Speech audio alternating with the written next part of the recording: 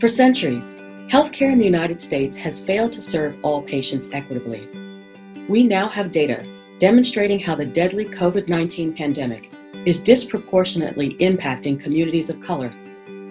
On April 9th, the CDC issued the first federal report on race and gender discrepancies among COVID-19 patients, showing that hospitalizations are more common among men and African Americans. In local reports, we've learned that Blacks and Hispanics in New York City are almost twice as likely to die of the virus when compared to whites. And in Chicago and Louisiana, about 70% of the people who have died from complications of COVID are African American, even though they only make up 1/3 of the local population. Many factors contribute to the disproportionate impact of this virus on minority populations. The environments in which people live, work, and play can have a significant influence on health outcomes.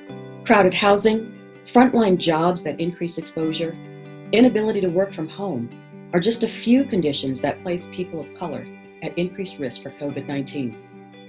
Combined with a greater number of underlying health conditions such as obesity, diabetes, and heart disease, these life conditions have heightened the risks associated with this pandemic.